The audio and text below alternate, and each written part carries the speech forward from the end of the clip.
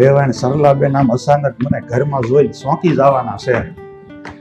રાજી થઈ જાય બધા હો.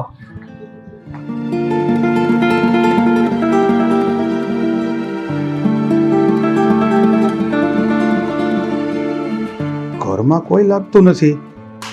દરવાજો ખુલ્લો છે. કોઈક તો હશે જ. કદાચ અંદર રૂમમાં કોઈક હોવા જોઈએ.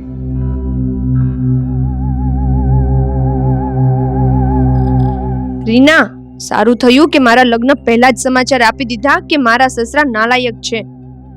મારો સસરો હરામી છે એ વાત તો મને બીજેથી પણ મળી હતી. પણ રીના, આવી વાતો સાંભળી અને હું મારી થયેલી સગાઈ નહીં તોડું. હું લગ્ન કરીશ અને લગ્ન પછી જો મારો સસરો નીચ વેડા નહીં છોડે, સખણો નહીં રહે, તો હું એને વૃદ્ધાશ્રમ ભેગો કરી દઈશ. હે ભગવાન, આ વહુ હજી પરણીને અમારા ઘરે નથી આવી કે અત્યારથી એ મારા વિશે આવું વિચારે છે? મને વૃદ્ધાશ્રમમાં મોકલી દેવાની વાત કરે છે.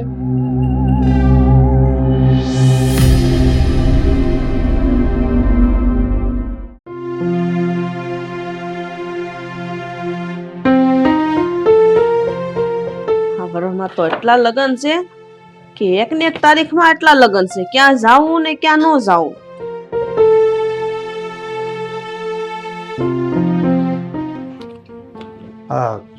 જય શ્રી કૃષ્ણ સરલાબેન. અરે જય શ્રી કૃષ્ણ મનસુખભાઈ, આવો આવો બેસો. કેમ છો બેટા? પાણી લાવ છે. મનસુખભાઈ, આમ અચાનક કેમ ભૂલા પડ્યા? જય શ્રી કૃષ્ણ. જય શ્રી કૃષ્ણ. કઈ કામકાજ હતું કે? હા, ના ના બેન, આમ અચાનક તો ભૂલો નથી પડ્યો. હું કામકાજે જ આવ્યો હતો. તો બોલો ને, શું કામ છે?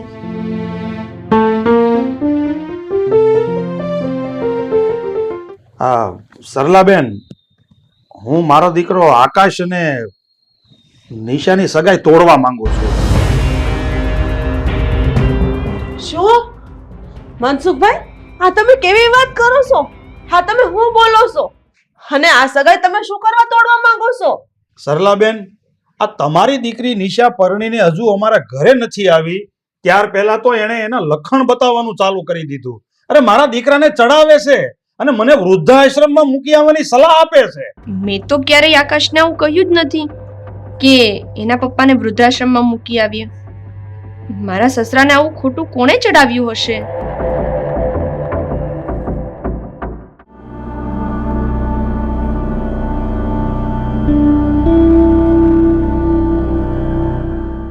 ઉષા, પપ્પા ક્યાં છે? આ પપ્પા કેમ ક્યાંય દેખાતા નથી? પપ્પા તો બહાર ગયા છે, પણ તું કેમ આટલો બધો અકળાયેલો છે? ઉષા, તને ખબર નથી? પપ્પા મારી સગાઈ તોડીને આવ્યા છે. શું વાત કરે છે? હા, મેં તારી સગાઈ તોડી નાખી છે. પણ શું કામ સગાઈ તોડી નાખી? તમને નિશાથી શું પ્રોબ્લેમ છે? મને પ્રોબ્લેમ એ છે કે તારી થનારી વહુ આ લગ્ન પછી મને વૃદ્ધાશ્રમમાં મૂકવાનું વિચારે છે. પણ આવું તમને કોણે કહ્યું? પપ્પા, આ વાત તદ્દન ખોટી છે. વાત એકદમ સાચી છે, કારણ કે આ બધું મેં મારા કાનેથી સાંભળ્યું છે. એટલે તારા લગ્ન તો નિશા સાથે કરાવીને નિશાને હું કોઈ કાળે આ ઘરમાં નહીં આવવા દઉં. સમજ્યો? ભાઈ, આ બધું શું છે? પપ્પા કેમ આવું બોલે છે? ઉષા, પપ્પા છે ને તદ્દન ખોટું બોલે છે, અથવા તો પપ્પાને છે ને કોઈ ખોટી વાત કરી છે. લાગે છે ને કોઈ ઊંધા ચશ્મા ચડાવ્યા છે.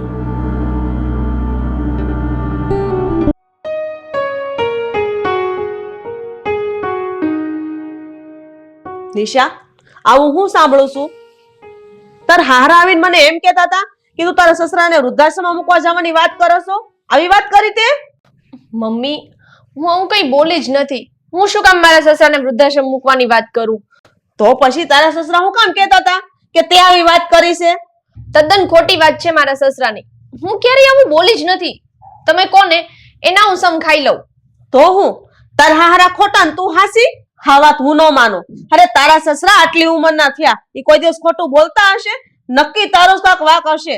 તું જ કઈક એવું બોલી હશો. મમ્મી, હું તમને કેવી રીતે સમજાવું કે હું આવું નથી બોલી? આ વાત તદ્દન ખોટી છે. મને તો એવું લાગે છે કે મારા સસરાના કોઈએ કાન ભર્યા છે, એમને કોઈએ ચડાવ્યા છે. શું તારા સસરાના કાન ભંભેર્યા હોય એમ? ના બેટા, એ તો મને કઈ ખબર નથી. પણ હવે તારી સગાઈ તૂટવાના તગારે આવી ગઈ છે. નક્કી તારી સગાઈ તૂટીને જ રહેશે. કારણ કે તારા સસરા જે આવ્યા ને એના હાવભાવ ઉપરથી મને એવું લાગે છે. નિશા, જે હોય એ, હું નથી જાણતી તારા સસરા હાસા છે કે તું. આકાશ, આ તો ભારે થઈ છે.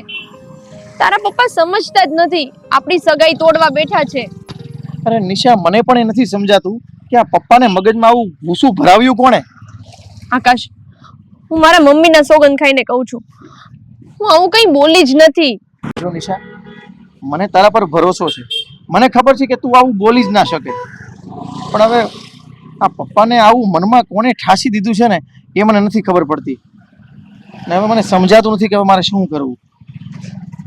આકાશ, મમ્મી તો એમ કહેતા હતા કે 2 દિવસ પછી તારા પપ્પા સગપણની બધી વસ્તુ લઈ અને મારા ઘરે આવવાના છે સગપણ તોડવા માટે. આકાશ, આપણું સગપણ તૂટી જશે. તું કંઈક કર યાર. હું શું કરું ને એ જ મને નથી સમજાતું. અને મને એ નથી સમજાતું કે હવે હું પપ્પાને કઈ રીતના સમજાવું. પણ તું ક્યાં જાય છે? હવે હું ત્યારે ઘરે જાઉં છું અને ઘરે જઈને છે ને પપ્પાને સમજાવું છું. મારા પપ્પાને સમજાવવા જ પડશે. ચલ, હું ઘરે જાઉં છું. બાય. બાય.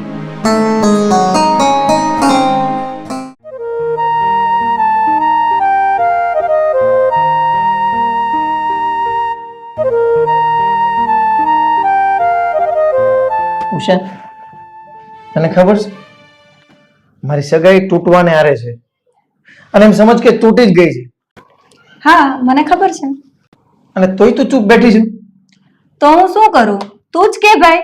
અરે બેન, તું પપ્પાને સમજાવ કે આ રીતના ખોટી વાતો કરીને અમારી સગાઈ ન તોડે. ભાઈ, ખોટી વાત નથી, એ વાત સાચી જ છે. એટલે આ તુંય પપ્પાની વાતોમાં આવી ગઈ? ના, હું પપ્પાની વાતોમાં નથી આવી. મેં ખુદ તપાસ કરી હતી. તપાસ કરતા મને એટલું જાણવા મળ્યું કે નિશા આવું બોલી હતી. ભાઈ, આ વાત તદ્દન સાચી છે. પણ તને આવું કોણે કહ્યું કે નિશા આવું બોલી હતી અને પપ્પાને વૃદ્ધાશ્રમમાં મૂકી આવવાના છે? ભાઈ, કાલે પપ્પા સગાઈની બધી વસ્તુ લઈને પાછી આપવા જવાના છે.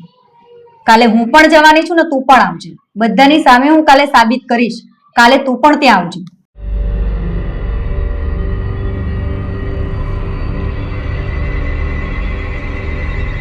મનસુખભાઈ, આ બધું ખોટું થઈ રહ્યું છે. હજી તમે મારી વાત માની જાઓ. મારી દીકરી કોઈ દિવસ આવું બોલે જ નહીં.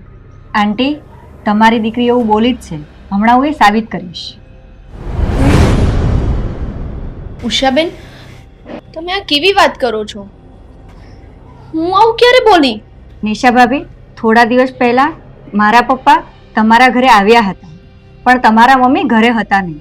ત્યારે તમે અને તમારી ફ્રેન્ડ રીના બંને બેડરૂમમાં બેઠા હતા અને તમારી કોલેજમાં એક ફંક્શન થવાનું હતું અને તમે એ નાટકમાં ભાગ લેવાના હતા.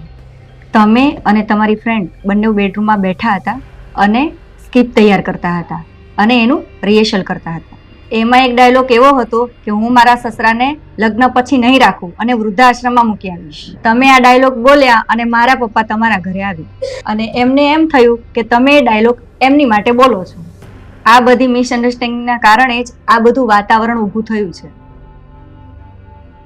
શું નિશા આ હકીકતમાં નહીં પણ સ્ક્રિપ્ટનો ડાયલોગ બોલી હતી? અરે હા આકાશ, ઉષાબેન સાચું કહે છે. એ દિવસે પપ્પા આવ્યા ને એ પહેલા હું અને રીના બંને મારા રૂમમાં નાટકની રિહર્સલ કરતા હતા અને ત્યારે હું આ ડાયલોગ બોલેલી હતી. એનો મતલબ એમ ને કે તમે આ હકીકતમાં નહીં પણ આ નાટકમાં તમારો આવો ડાયલોગ હતો. અરે હા પપ્પા, હું એ દિવસે નાટકની રિહર્સલ કરતી હતી. હું કઈ તમને થોડી સાચેમાં વૃદ્ધાશ્રમમાં મૂકી આવું? હે ભગવાન, હા તો ખોજો ડુંગર અને નીકળ્યો ઉંદર એવું થયું. પણ વહુ બેટા, તમે મને માફ કરજો કે મેં તમારા વિશે આવું વિચાર્યું. પણ હું સાચું કહું ને તો મને ખબર જ નહોતી કે તમે આ નાટકનું રિહર્સલ કરો છો અને તમારા મોઢેથી આવા શબ્દો સાંભળીને તો હું અચંબિત થઈ ગયો. એટલે આ બધું થઈ ગયું છે. બાકી મારા મનમાં બીજો કોઈ રોષ નહોતો. અરે ના પપ્પા, હું તમને કહેતી હતી ને મમ્મી કે નક્કી કંઈક મિસઅન્ડરસ્ટેન્ડિંગ થઈ છે અને પપ્પા તમારે મારી માફી ના માંગવાની હોય. અરે પપ્પા, તમે તો હવે હદ કરી. આ નિશા રિહર્સલ કરતી હતી, એમાં તમે જઈ ચડ્યા અને શું કહેતી હતી અને શું થયું, શું તમને સમજાયું. અને હું વિચારું કે આ નિશા કોઈ દિવસ આવું બોલે નહીં પપ્પા વિશે, અને સારું આવું કેમ થાય છે. આ મારે તો સુડી વચ્ચે સોપારી થઈ હતી. કઈ નહીં, તમે લોકો બેસો, હું ચા નાસ્તો લઈને આવું. હા ઉભા રહો ભાભી, હું પણ તમારી સાથે આવું. હા બેટા, જા મદદ કર. અને હવે રિહર્સલ કરજે ને તો થોડો દરવાજો ખુલ્લો રાખીને કરજે એટલે ખબર પડે કોક આવ્યું, નહીં તો પાછું આવું થશે. હા, બધું સારા વાના થઈ ગયા. અને હવે આ દાગીના જે છે ને સરલાબેન તમે સાચવી લો.